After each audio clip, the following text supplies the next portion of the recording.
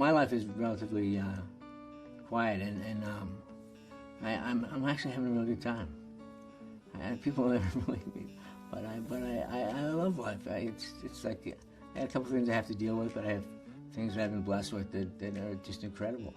My family, my success that in doing something I love to do, and so it's the last couple of years have been trickier than most, and I'm grateful that I went through kind of a crucible there at this late stage in my life, relatively late stage, my late 50s, that I figured some of this crap out finally.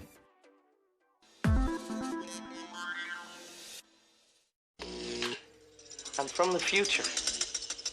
I came here in a time machine that you invented. Now I need your help to get back to the year 1985. From his iconic roles as Marty McFly and Alex P. Keaton in the 80s to his heartbreaking Parkinson's diagnosis in the 90s, Michael J. Fox has long been one of the most beloved, talented, and inspiring entertainers in Hollywood history.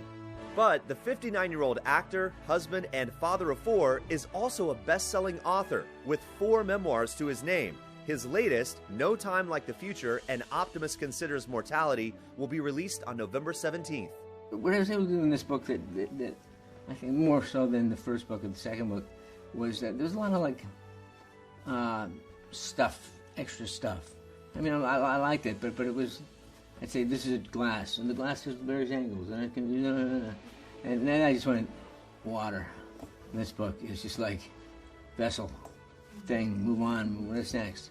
It just has a velocity to it and a no frills kind of plain speak that it comes with being older and having kids that are growing up and having a mature relationship with my wife. As both an author and the founder of the Michael J. Fox Foundation for Parkinson's Research, Michael is almost as well known for his optimism as for his acting. So fans will be surprised to learn his latest memoir was inspired by a moment of doubt in 2018, where Michael found himself helpless and questioning that very same optimism.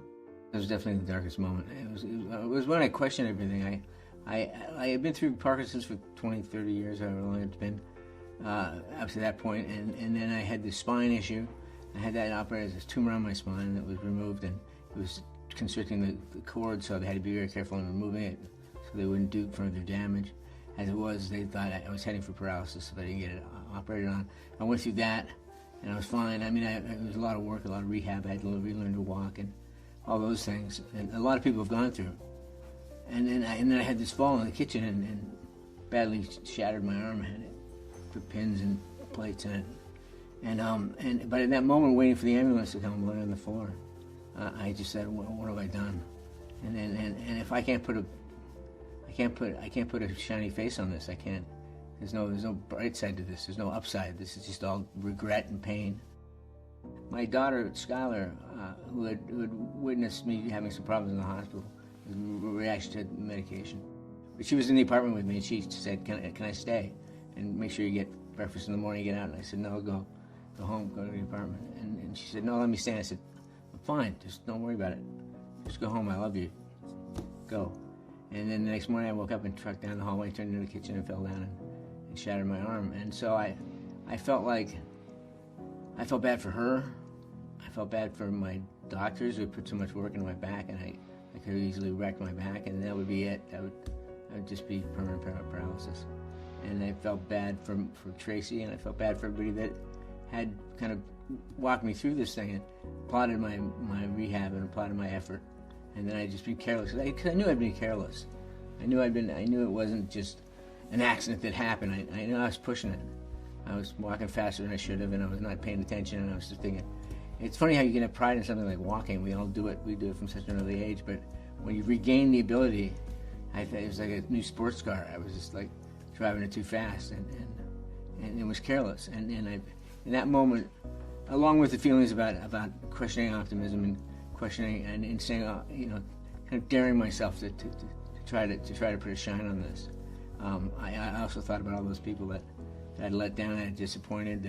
How was I going to face them? How was I going to talk to them about what happened? And it just was a really emotional time.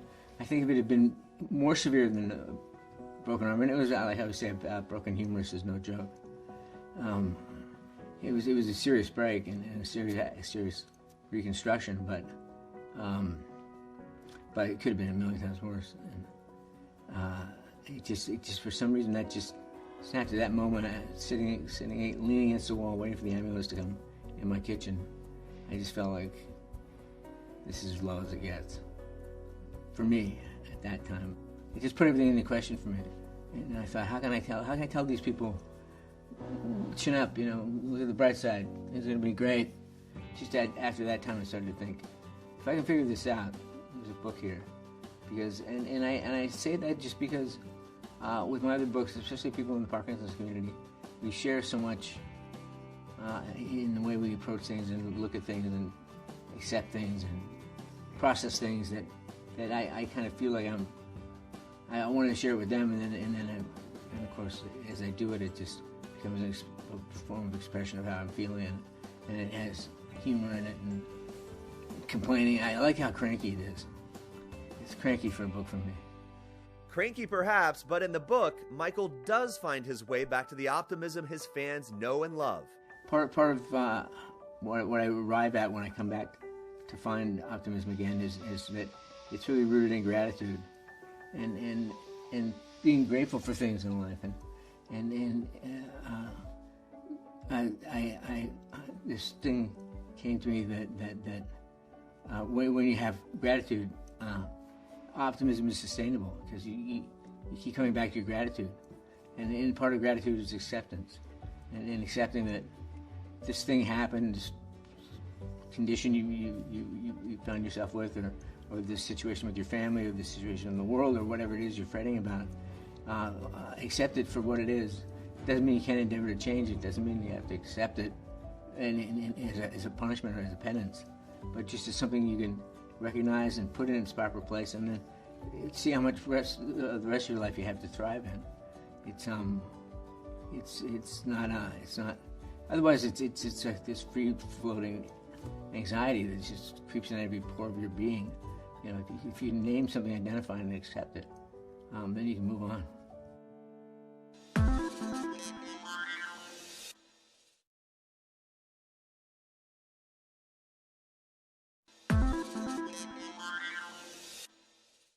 Hi, Alex P. Keaton, Sophomore Hospitality Committee.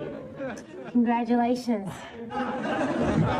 35 years after meeting on the set of Family Ties, Michael and actress Tracy Pollan remain happily married with 4 children.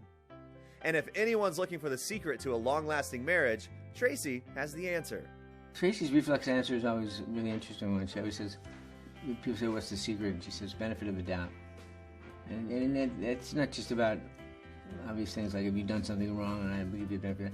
It's about like perceived slights and moments when you think Tracy means something that she doesn't mean, and I say something that sounds like not what I mean, but just to know that underneath it is love.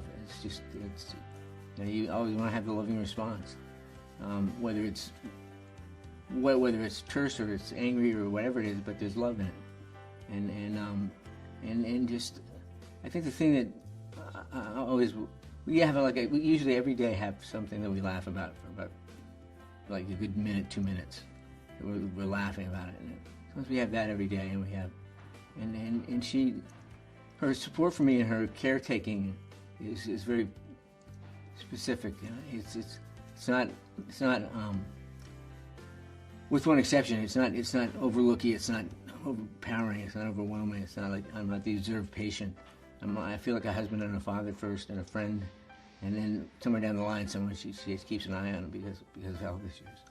But the only thing that she does that drives me crazy is I'll be walking and my pace will maybe quicken, and I'll just trip over something, and she'll go, "Be careful." I'll say, "It's too late. What are you saying be careful now for?" I already thought, well, if you could see the ripple in the carpet ahead of time, tell me to be careful, and then I'll maybe do something. But it drives me nuts. Be careful. Slow down. Don't fall. What'd you fall for? I don't know. I just thought I'd give it a dive. Regardless of the medical situation, my life turned out pretty good, and I had a lot of stuff to be grateful for. An extraordinary amount of stuff to be grateful for. And so I was always in that place. But my gratitude is deeper now. And I really loved having this chance to write this book. But it wasn't lost to me. I'm writing this book like it's so self-examining and so like navel-gazing that in the midst of a worldwide pandemic, when people are suffering, and I thought it's either the selfish thing to do or the exact right thing to do. To take the opportunity when I'm locked up. I love being with my family, it was great. But I had time to really think about it. And I think it's a richer book because of it.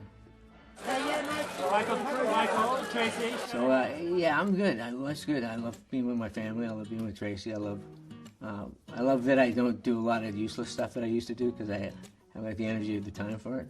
But it's great. Life is good. Life is rich.